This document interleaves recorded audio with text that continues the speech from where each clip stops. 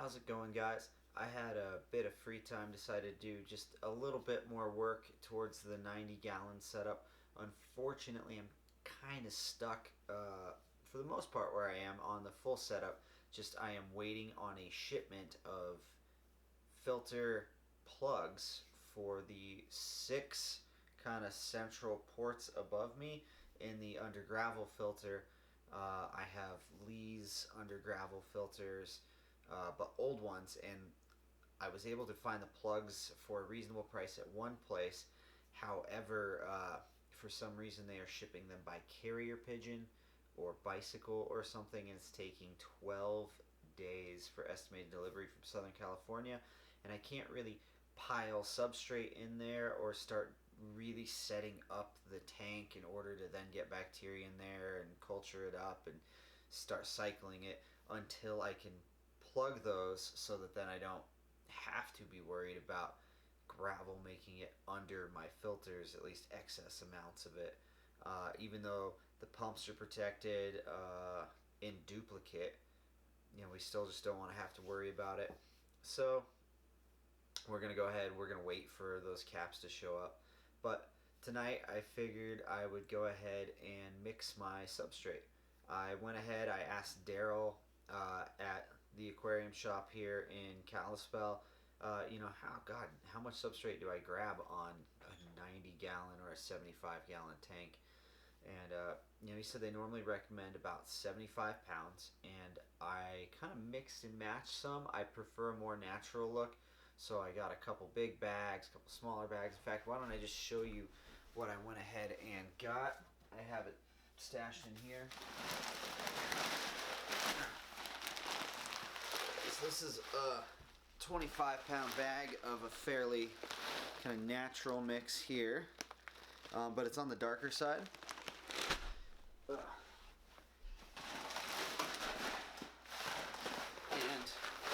a 25-pound mix of a lighter color, mostly whites and tans in there. Definitely lighter, should mix up nicely.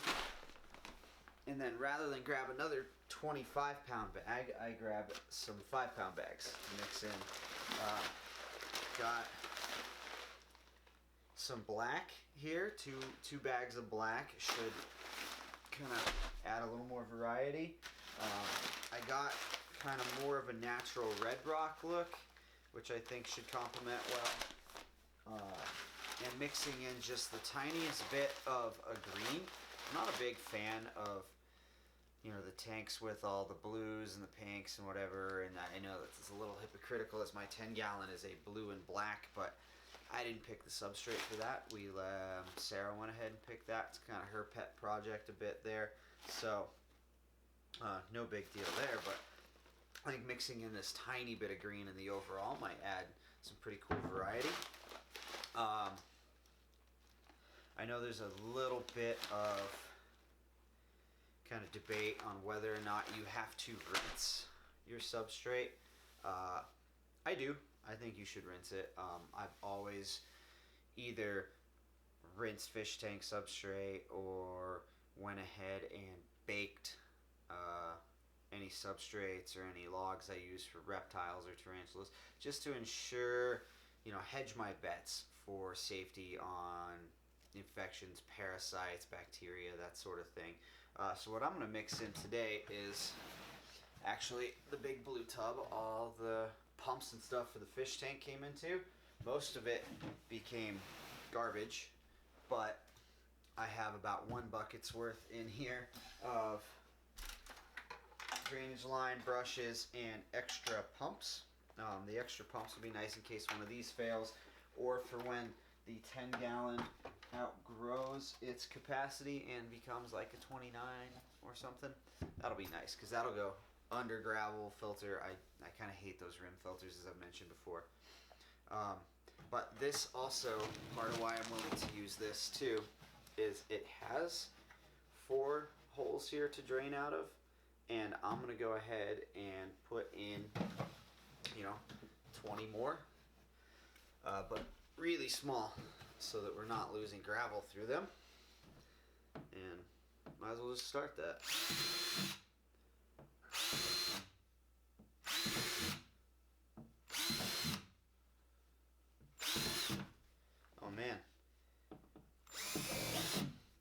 through butter.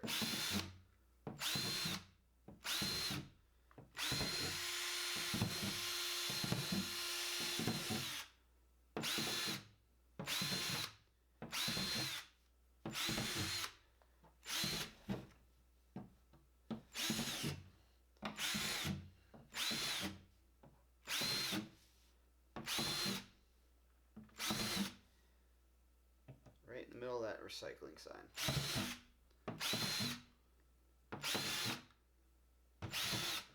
Get a couple towards the corners.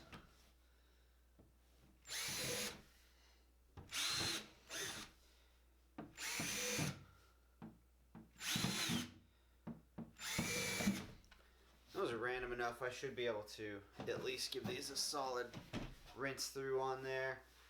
Let it drain a couple times. Make sure the substrate's nice and clean. But why don't we go ahead, get a little mix going, and just see how this turns out. Maybe I grab that little bit of excess blue downstairs, mix it into, but we'll see. We'll see how it looks.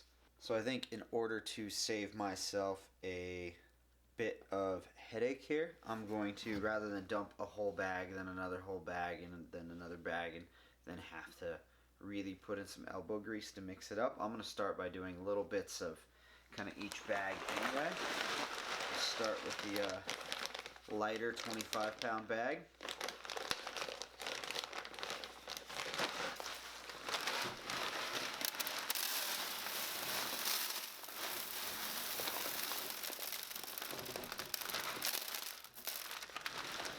It's about 5 pounds.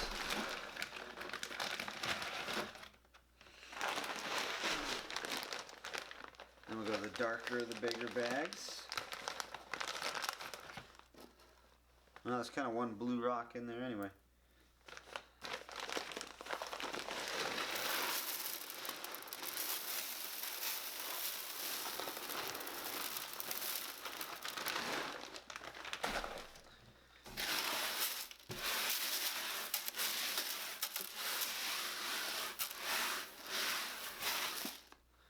I kind of like that. That's got definitely a little more depth to it than either one had on their own. Let's try to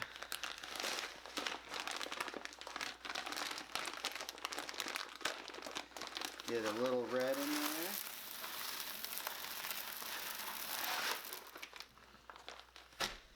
And probably a half a bag of black since we got 2 bags of those.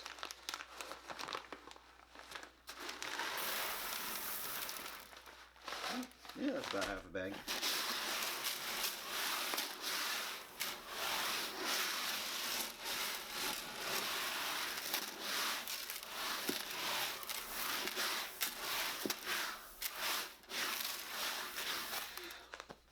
No, I do like that. I think the black's going to darken it up quite a bit.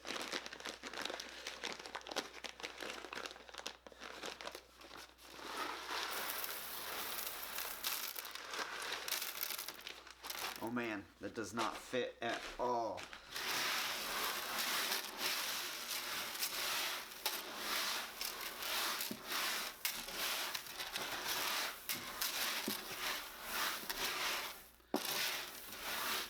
Interesting. We'll have to see how that green plays out in the overall mix. It definitely jumps out a lot.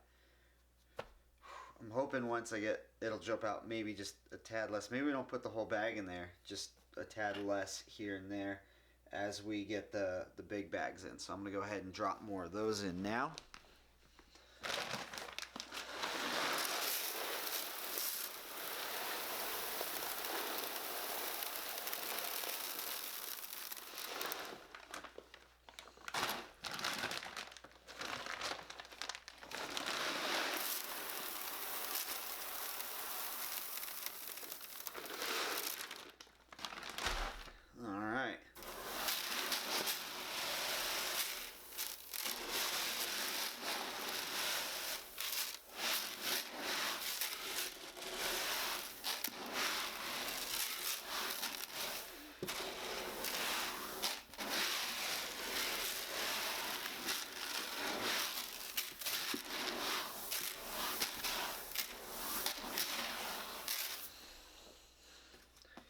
A little bit of green might still be cool. Let's go ahead and dump in more black and the red and darken this up quite a bit.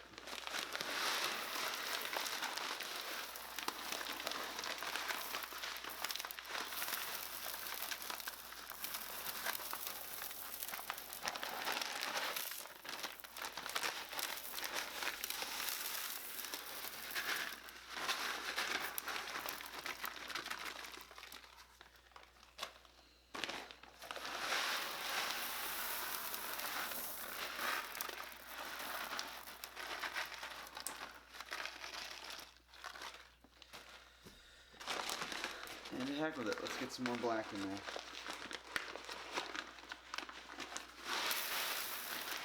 That's a lot.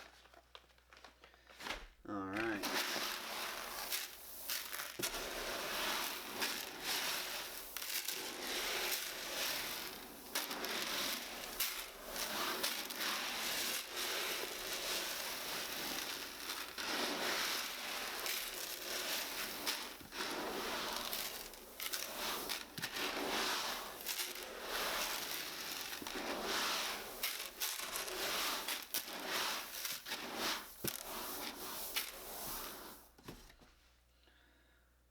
So far looks pretty good. That green still just a little dab does you, man. It really pops out of there.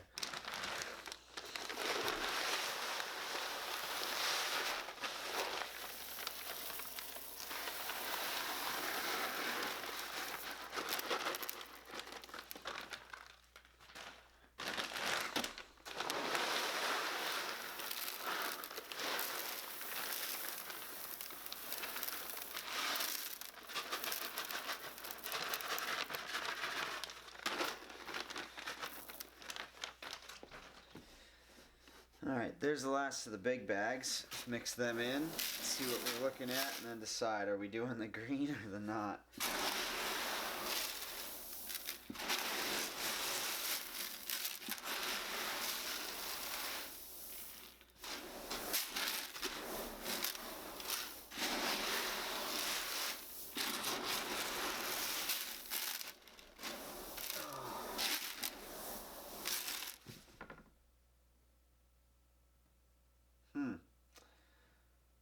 I like it. Definitely like it. But no risk, no reward. Let's drop in this crazy stuff. Oh man, it's so bright. Okay. Let's not do all of it. Let's get the black in there too. This is the last of the black. I have more black downstairs, I guess, if I need it.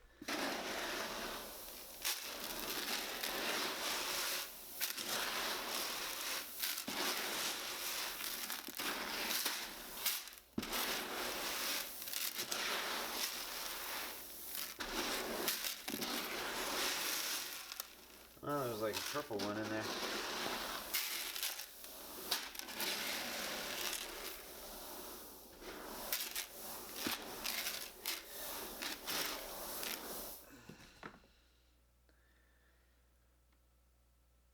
There's a pretty good look to it.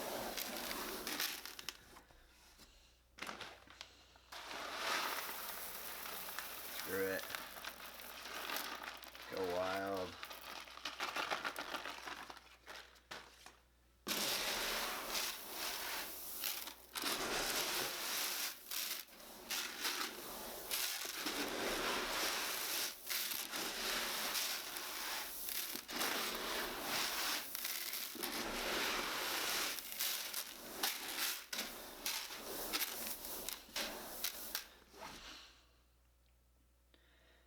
I like it. It's got a natural look, but the green, the little bits in there, I mean, they add some dimension. They are bright.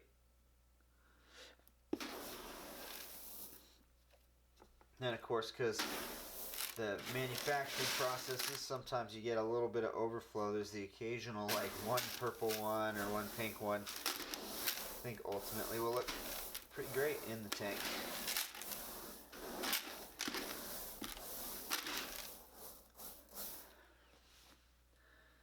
Alright, Now this just needs a good rinse down, and there we go.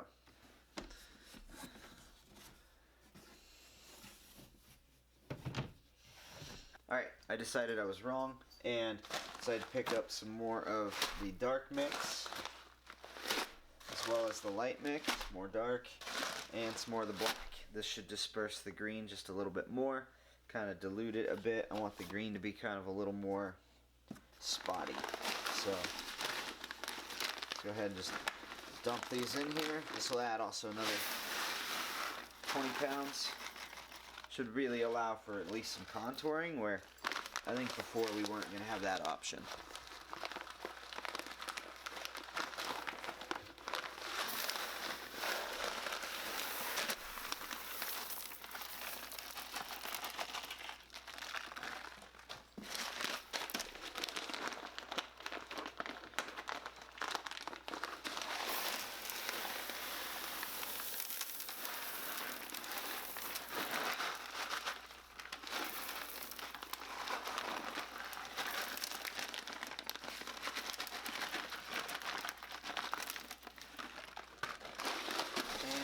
Light mix.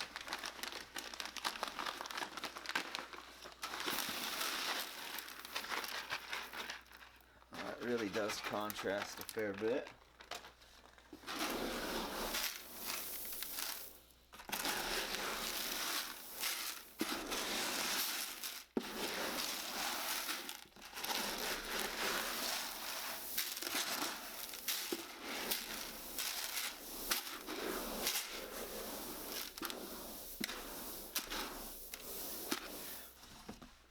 There we go. Now that's a good mix. There's a little less green, or a little less green as far as the whole goes. That's a smaller percentage of it. And I think we got about the same mix. I wouldn't have minded getting another bag of that kind of reddish stuff, but they were out. So, but it's in there. I think it looks pretty good. So there's our box of 2B mix substrate. I think it comes out pretty alright that way. I might grab another 5-pound bag of that reddish color. I thought that really brought kind of some cool depth to it. I do like that more natural look to it than, like I said, the fluorescent blues or the greens or whatever. I have some blue downstairs from that 10-gallon tank we could mix in there, but I like just the tiny bit of green kind of poking out here and there. It's pretty cool, but definitely like a whole, oh man, a whole 90-gallon with the bottom in that green would be hideous.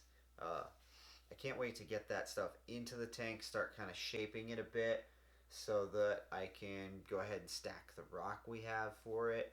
But I'm just waiting on $4 worth of filter plugs on the slowest round of $9 shipping in history.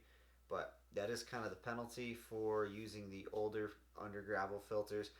Could have went ahead and bought new, but I already have them, and to replace them, you know, for a 90, it's probably 80-90 bucks. I could have also grabbed like a 55 for under gravel filters, which is the same length. I'd at least have 48 inches of filter, but then it wouldn't be the whole bottom.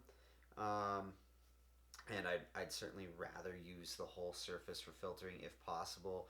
Just maintain the best bacterial culture in the filter as possible. And like I say, I already have these, and it kind of kills the fun of this project in that it is so much more cost effective than normal, in that, you know, the tank was essentially free. The under gravel filters were free. The pumps were free. I did have to buy a tank heater, and because the 100-year-old one probably would have burnt my house down. I did buy I went pretty all out because everything was so cheap and free, and got an LED light bar that's supposed to be here in just a couple days. But then the stand was half price, and we went ahead and reinforced that with, you know, like $40 worth of lumber. So rather than having a, you know, essentially a $300 stand for some reason, we got it, you know, around 100 and I want to say 30, and then, you know, bumped it up a little bit, tank free. You know, a 90-gallon tank I've seen as high as, you know, $320, possibly more. just depending on what you're getting. So I think dropping another $90 on a filter wouldn't be the worst thing in the world. It does kind of kill the fact that so much of this was free. Um, that's what's making this partially so fun, right? Is that we're not having to sink $1,000 into the project, and it saves more money for cool fish. Um, if we end up going cichlid with it, a lot of the cichlids can be 20 to 40 to $60 a piece to $80.